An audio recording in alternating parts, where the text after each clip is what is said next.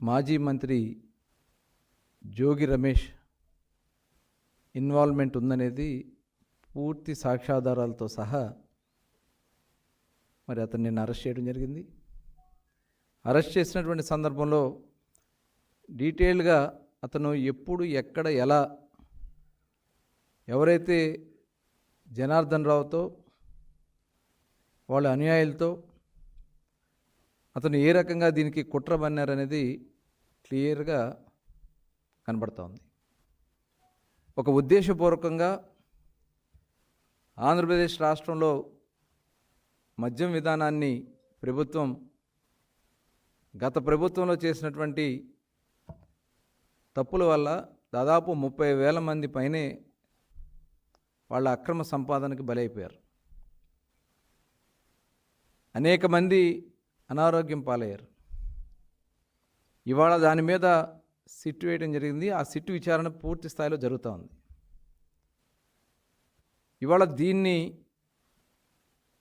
ప్రభుత్వం మీద ఒక నకిలీ మద్యాన్ని సృష్టించి ప్రభుత్వం మీద వేసి ప్రభుత్వాన్ని అస్థిరపరచాలనే ఒక దుర్మార్గమైనటువంటి ఆలోచనతో ఈ కార్యక్రమం అంతా చేశారనేది స్పష్టంగా కనబడుతోంది. ఎందుకనంటే ఎవరైతే ఈ కల్తీ మద్యం ఎక్కడైతే జరిగినటువంటి 2 ప్లేసెస్లో కూడా మొలకల చెరువు కానీ ఆ మొలకల చెరువులో జరిగినటువంటి దాంట్లో ఇన్వాల్వ్మెంట్ ఉండి అలాగే ఇబ్రహీంపట్నంలో జరిగిన దాంట్లో కూడా ఇన్వాల్వ్మెంట్ ఉన్నటువంటి జనార్దన్ రావు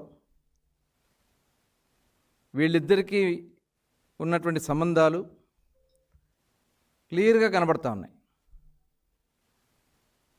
ఎప్పుడైతే 2006 నుంచి వీళ్ళు వ్యాపారంలో భాగస్వాములుగా ఉన్నారు. 2006 నుంచి బార్లు పెట్టి ఆ బారుల ద్వారా స్వర్ణ బార్ అని చెప్పి 2006-2019లో దాన్ని చెర్రీస్ కింద మార్చుకుని అక్కడ లావాదేవీలు చేసుకున్నారు ఈ జనార్దన్ పెట్టుకుని. ఎవరైతే జోగి రమేష్ తమ్ముడు రాము దీంట్లో ఉన్నారనేది క్లియర్గా కనబడుతూ ఉంది.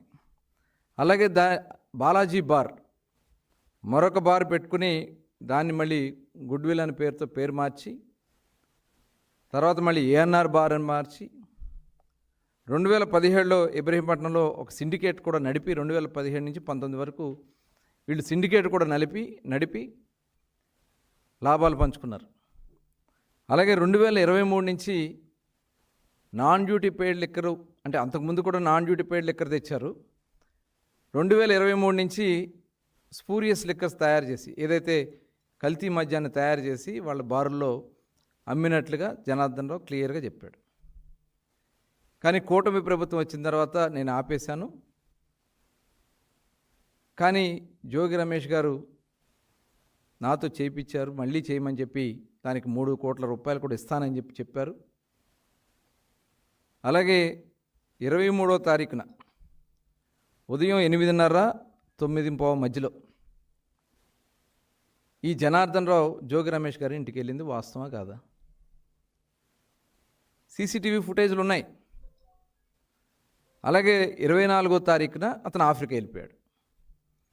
అంటే 23వ తారీఖున అతను ఇక్కడి నుంచి పంపించి ఇదంతా కూడా కుట్ర చేసి అక్కడ అంతా కూడా తాత్కాలికంగా మొలకల చెరువులో వాళ్ళు అక్కడ ఒక 15-20 రోజుల్లోనే అదంతా కూడా ఏర్పాటు చేశారు. అక్కడ అవన్నీ కూడా లీక్ చేసింది వాళ్ళే.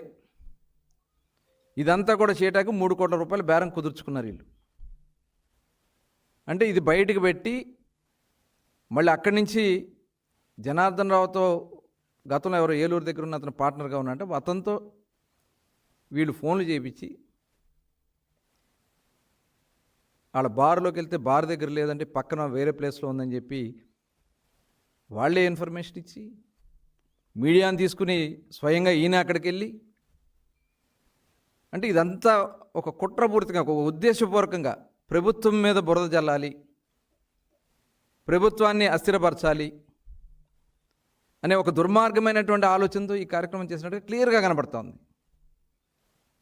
ఇవాళ మేము కక్ష సాధింపుగా చేయాలనుకుంటే ప్రభుత్వం వచ్చిన వెంటనే ఒక్క వైసీపీ నాయకుడు కూడా రోడ్డు మీద తిరిగే పరిస్థితి ఉండదు. కానీ ఎక్కడా కూడా మా నాయకులు చంద్రబాబు నాయుడు గారు కానీ, పవన్ కళ్యాణ్ గారు కానీ, లోకేష్ గారు కానీ, మా ప్రభుత్వం కానీ ఎవరన్నా ఇన్వాల్వ్మెంట్ ఉంటేనే, నిజంగా నిన్ను అరెస్ట్ చేయాలంటే 10వ తారీఖునే జనార్దన్ రావుని అరెస్ట్ చేయడం జరిగింది. 10వ తారీఖునే అతను ఇన్ఫర్మేషన్ ఇచ్చాడు. ఆ రోజునే మేము అరెస్ట్ చేయొచ్చు కదా. కానీ డీటెయిల్గా ఎంక్వైరీ చేశారు, సిట్ వేసాం. ఒక నీతి నిజాయితీ కలిగినటువంటి ఐపీఎస్ ఆఫీసర్తో సిట్ ఏర్పాటు చేశాం. ఆ సిట్ దగ్గర 20 రోజుల పైన, 23 నిన్న 22వ తారీఖున చేశారు మీకు. అంటే దగ్గర 23 రోజుల పాటు విచారణ చేసుకుని పూర్తిగా మీ ఇన్వాల్వ్మెంట్ ఉందని చెప్పి సాక్ష్యాధారాలతో సహా కోర్టుకు పెట్టి మిమ్మల్ని అరెస్ట్ చేస్తే, ఇవాళ ఒక మాజీ మంత్రిగా మీ మీద ఆరోపణలు వస్తే విచారణ ఎదుర్కొనాలి. ఎఫ్ఐఆర్లో మీ పేరుంది, సహకరించాలి. విచారణకు సహకరించకుండా దొంగ ప్రమాణాలు చేస్తూ బీసీల మీద ప్రమాణం, నీకు ఏ అర్హత ఉందా బీసీల మీద ప్రమాణం చేయటానికి? ఏబీసీ కన్నా మీరు కూడు పెట్టారా? ఏబీసీ కన్నా అన్యాయం జరుగుతుంటే కనీసం మీరు మాట్లాడారా? మరి ఆనాడు అచ్చెన్నాయుడు గారిని అక్రమంగా అరెస్ట్ చేశారు, ఒక బీసీ నాయకుడు, మంత్రిగా పనిచేశారు. నా మీద ఒక హత్య కేసు పెట్టారు. యనమల రామకృష్ణ గారిని, ఒక బీసీగా ఉన్నటువంటి యనమల రామకృష్ణ గారి మీద కేసులు పెట్టారు, ఎస్సీ ఎస్టీ కేసులు. అయ్యన్న పాత్ర గారు ఈ రాష్ట్రంలో బీసీలకి ఒక గుర్తింపు ఇచ్చినటువంటి వ్యక్తిగా అయ్యన్న పాత్ర ఉత్తరాంధ్ర నుంచి వస్తే ఆయన్ని నానా ఇబ్బందులు పెట్టారు. ఆ రోజున మీరందరూ బీసీలు మీకు గుర్తు రాలేదా? అమర్నాథ్ గౌడ్ రేపల్లెలో ఒక ముక్కు పచ్చలారినంటి 10th క్లాస్ చదువుకునే అమర్నాథ్ గౌడ్ని అతి కిరాతకంగా పెట్రోల్ పోసి తగలబెడితే ఆ రోజు నీకు గుర్తు రాలేదా జోగి రమేష్ గారు? ఇవాళ మీరు చాలా డీటెయిల్గా మేము ఎంక్వైరీ చేస్తూ ఉన్నాం. మొత్తం గూగుల్ టేక్అవుట్స్లో సెల్ ఫోన్ డేటా తెప్పించి, సీసీటీవీ ఫుటేజీలు తెప్పించి, బ్యాంక్ ట్రాన్సాక్షన్స్, వాళ్ళకి మీకు జరిగినటువంటి బ్యాంక్ లావాదేవీలు, ఇవన్నీ కూడా ఇందులో క్లియర్గా కనబడతా ఉంటే ఇంకా మీరు కులాలని చెప్పి, మతాలని చెప్పి, వర్గాలని, బీసీ వర్గాలని చెప్పి తప్పించుకునే ప్రయత్నాలు చేయటం నిజంగా దుర్మార్గం. ఇవాళ వైసీపీ వాడి యొక్క బ్రతుకే ఒక క్రిమినల్ బ్రతుకు. జగన్మోహన్ రెడ్డి ఇన్ని హత్యలు చేశారు. సొంత బాబాయిని హత్య చేసి, సొంత బాబాయిని నారాసుర రక్త చరిత్ర అని చెప్పి ఒకరోజేమో గొడ్డలపోటు అంటారు, గుండెపోటు అంటారు. సిబిఐ ఎంక్వైరీ చేసి వాస్తవాలు బయటకు వస్తే సిబిఐనే తప్పుపడతారు, సాక్ష్యాధారాలు తారుమారాలని ప్రయత్నం చేస్తారు. ఆ క్రిమినల్ మైండ్ ఉన్న వాళ్ళ దగ్గరికి క్రిమినల్స్ అంతా చేరతారనే దానికి ఇదే ఒక నిదర్శనం. మరి ఆనాడు మీరు చేసినటువంటి లిక్కర్ దందాలో మరి నెల్లూరు మాజీ మంత్రి కాకాన గోవర్ధన్ రెడ్డి గారు, మరి ఆయన్ని మీరు ఏమన్నా యాక్షన్ తీసుకున్నారా జగన్మోహన్ రెడ్డి గారు? అలాగే గుంటూరు జిల్లాలో ఆనాడు ఎలక్షన్స్ తెచ్చినటువంటి అక్రమ మద్యానికి చాలామంది చనిపోతే వాళ్ళని ఏమన్నా సస్పెండ్ చేశారా? జంగారెడ్డిగూడెంలో దగ్గర 30 మంది చనిపోయారే మీ దాహానికి, మీ డబ్బు దాహానికి చనిపోతే అక్కడ ఏవి ఎంక్వైరీలు చేయించారు?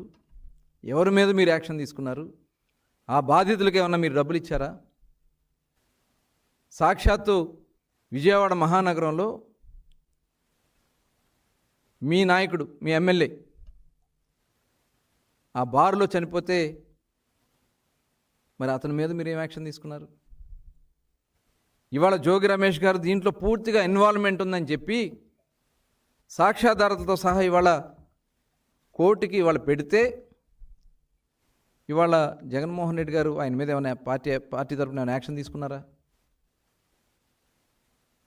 మీరే అనుకోండి ఇవన్నీ నడిపించారనే దానికి ఇవాళ అనిపిస్తూ ఉంది. ఇవన్నీ చూస్తూ ఉంటే ప్రభుత్వం చేస్తున్నటువంటి మంచి పనుల నుంచి ప్రజల్ని దృష్టి మరల్చాలని, ప్రభుత్వం మీద బురద జల్లాలని, మీ సిట్లో మీ బాగోతాలన్నీ బయటకు వస్తూ ఉన్నాయి.